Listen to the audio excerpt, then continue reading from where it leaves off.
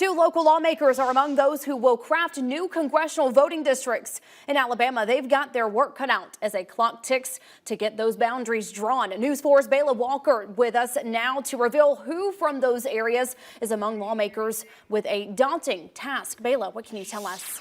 Yes, the Representative Steve Clouse of Ozark and Senator Donnie Chesteen will play leading roles in drawing new maps for the state's 7 congressional districts. Both Republicans, they are named to the bipartisan Permanent Legislative Committee on Reapportionment.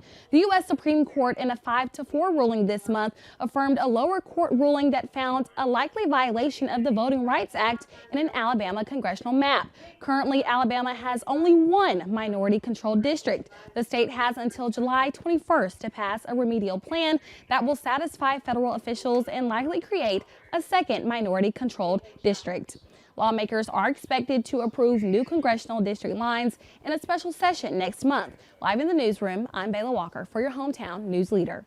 Bayla Walker, thank you for that report. Some believe the special session will begin July 17th.